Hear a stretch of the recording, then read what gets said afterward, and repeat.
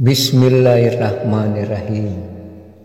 Forum Sastra Indonesia Timur atau POSAIT bekerjasama dengan Komunitas Anak Pelangi atau KAPEL dan Ikatan Penulis Muslim Indonesia atau IPMI pada Sabtu 27 Januari 2024 bertempat di KP Baca Makassar melaksanakan diskusi sastra berupa apresiasi sebuah novel berjudul Sampan Itu Samar Menghilang ke Utara karya Dr. Suradi Yasil.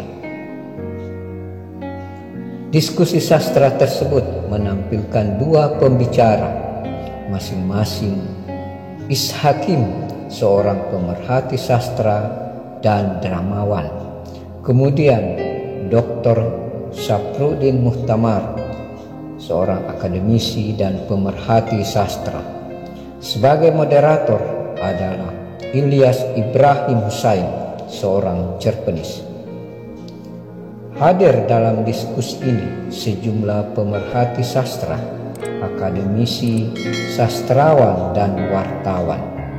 Di antaranya Dr. Syarial Tato, Dr. Asia Ramli, Dr. Mardi Adi Amin, Profesor Dr. Idam Halid Bodi, Andi Ruhbani, Muhammad Amir Jaya, Anwar Nasaruddin, Syariah Rani, Sarip Diwang, Rahman Rumadai, Asnawin Aminuddin, Rusdi Embas, Asmira, Jesse Asri, Nurwan Muhyiddin, Yuli, dan beberapa lainnya. Novel setebal 404 halaman ini bercerita tentang lika-liku percintaan dua anak kepala suku di pedalaman wilayah Mandar sekitar abad ke-16. Yang menarik, pengarang mampu menampilkan gaya bercinta ala suku pedalaman. Cerita lebih banyak berlatar suasana pedalaman tepi laut dengan tradisi dan kepercayaan masyarakat setempat. Apa alasan Dr. Suradi Yasil menulis novel Sampan Itu Samar Menghilang ke Utara ini? Kabarnya ia mempunyai cita-cita menulis sebuah buku dengan panjang 10.000 halaman.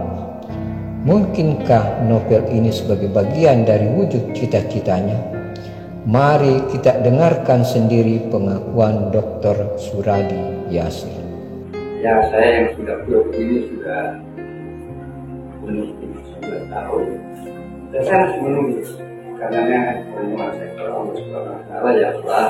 Sebelumnya waktu diambil tadi kalau saya berkesempatan mengapa program menulis dan menulis 10.000 halaman tentang apa yang saya mudah-mudahan Allah amin. Menurut Suradi Yasil, novel ini berkisah bagaimana tradisi percintaan darah biru, tradisi ilmu hitam, dan tradisi kehidupan suku pedalaman di sekitar Teluk Mandar yang pernah ada di abad 16. Pembahas pertama, Ishakim, dalam diskusi itu mengatakan, membaca kisah dari novel ini mengingatkan kita akan cerita orang tua bagaimana rumitnya membangun dan menjalin hubungan antar manusia, khususnya berlainan jenis bila tiba masanya ingin mengembangkan dan mengangkat status keluarga dan kekeluargaan maupun membangun harkat komunal di mana mereka berada. Menurut Ishakim, Suradi Yasil memilih tema romantika percintaan dengan menggunakan gaya penulisan naratif, menjaga struktur dengan rapi, dan menampilkan karakter setiap tokoh spesifik kedaerahan. Pengarang sangat paham akan kehidupan masyarakat pesisir, nelayan, kekayaan biota laut, dan ragam kuliner, serta prosesi ritual kepercayaan lama, juga beragam jenis penyakit khas, serta kumpulan mantra-mantra langka di daerah Mandar. Di sisi lain, Ishaki menilai novel sampan itu samar menghilang ke utara. Masih terdapat beberapa pengulangan kalimat yang cukup membosankan, layaknya reportase jurnalistik.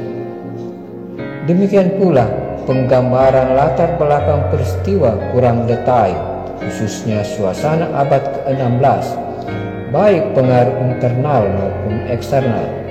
Padahal itu penting untuk digambarkan untuk sarana edukasi bagi generasi sekarang maupun akan datang. Ishaki menambahkan, ia merencanakan merekomendasikan agar novel ini dapat diangkat ke layar lebar. Penulis sangat paham akan kehidupan masyarakat pesisir, nelayan, kekayaan biota laut, dan ragam kuliner, serta potensi ritual kepercayaan lama, juga beragam jenis penyakit khas, serta kumpulan mantra langka di daerah Mandar. Jadi kalau Bapak mau belajar mantra, silahkan. Beliau ini ahlinya. Bahkan arsitektur, saya lupa, dia tahu juga bagaimana arsitek di sana. Jadi Pak Suradi ini kaya dengan pengetahuan-pengetahuan itu, makanya ini membuat kami terdorong untuk nanti di poin ketiga merencanakan dan merekomendasikan agar novel ini dapat diangkat ke layar lebar karena muatan lokalnya sesuai juga dengan keinginan baik pemerintah maupun program yang ada. Itu bagus karena semacam membantu untuk bukan hanya sekedar perwisata tapi juga utamanya tadi lokal wisdom itu. Sedangkan pembicara kedua, Dr. Saprudin Muhtamar, mengatakan novel sampan itu samar menghilang ke utara, berkisah tentang tipe manusia tradisi yang otokratif dan melekat pada tokoh tapak dan lisik Manunu. Kisah sukses sejarah kehidupan mereka sebagai pribadi individu dan pribadi publik sebagai pemimpin masyarakat sebuah suku. Saya bahkan setelah melihatnya ini sangat terencana, walaupun tadi beliau mengakui bahwa dia mengalir begitu saja. Rencananya itu mungkin natural, alamiah. Itu yang repot. Ada rencana memang secara rasional kita merencanakan sebuah karya, kita susun apa yang kita inginkan, alurnya dan diatur tokoh dan segala macam. Tapi beliau mengatakan itu mengalir begitu saja, itu unik saja. Bahwa ini tidak terencana, tapi faktanya ketika saya membaca begitu runut, dia seperti mengikuti dalam ulang kehidupan manusia dan menikah, bulan madu, terus melakukan profesinya sebagai status sosial masing-masing. Kebetulan tokoh ini adalah anak kepala suku, tentu dia mau tidak harus melakukan kepemimpinan politik di zaman itu ya. Nah, ini pengalaman saya membaca, saya betul-betul di fase pertama itu ketika beliau menceritakan proses jatuh cintanya. Ini tadi sudah lengkap disampaikan Pak Is, bagaimana sebuah cinta itu yang tidak lazim dan melaksanakan dengan suatu cara yang tidak lazim untuk ukuran kita ya, dan itu luar biasa. Novel sampan itu samar menghilang ke utara dalam analisa Saprudin Muhtamar menyisahkan 3 masalah dasar. Pertama, dengan minimnya fakta sejarah dalam cerita, novel ini berpotensi dibaca sebagai mitos karena telah mempersempit spektrum sejarahnya. Kedua, eksploitasi kisah bulan madu dengan reka adegan praktik ilmu Kama Sutra yang berulang-ulang juga berpotensi menggerus wibawa kesakralan hubungan suami istri bagi masyarakat tradisi. Ketiga, Suradi Yasir selaku penulis lupa mengeksplorasi transformasi tradisi yang terjadi secara fundamental, yaitu perubahan kepercayaan lama kepada kepercayaan baru. Transformasi tradisi ini sebenarnya salah satu isu atau tema tradisi yang krusial yang dapat diberdayakan dalam sebuah novel. Diskusi novel sampan itu samar menghilang ke utara semakin berkembang setelah peserta diskusi memberi tanggapan. Beberapa peserta memberi penilaian mengenai pengembangan alur cerita. Dr. Asia Ramli dan Dr. Syarial Tato fokus pada alur cerita yang dinilai datar saja. Mari kita dengarkan pendapat Dr. Asia Ramli. Tokoh antagonis bisa kita lihat di situ. Tokoh itu dari kerajaan kerajaan negeri barat. Ini penting sekali di dalam novel. Di karya bukan cuma novel, seperti di film, di drama juga seperti itu. Struktur dramatika dari novel atau karya-karya lain itu harus benar-benar perhatikan. Di dalam struktur dramatik Aristoteles itu dibagi menjadi 5. Yang disederhanakan menjadi 3, yaitu awal, tengah, akhir. Awal itu bagian eksposisi, yang penggambaran, kemudian di pertengahannya itu konflik, kemudian di endingnya itu adalah resolution, penyelesaian. Demikian pula pendapat dari Dr. Sarial tadi, bahwa alur cerita prosa yang baik adalah adanya ketegangan yang memuncak. Bagaimanapun sebuah cerita, seperti dikatakan oleh Pak Ram, itu konfliknya harus ada. Semakin tajam konflik, semakin bagus itu. Tidak atas.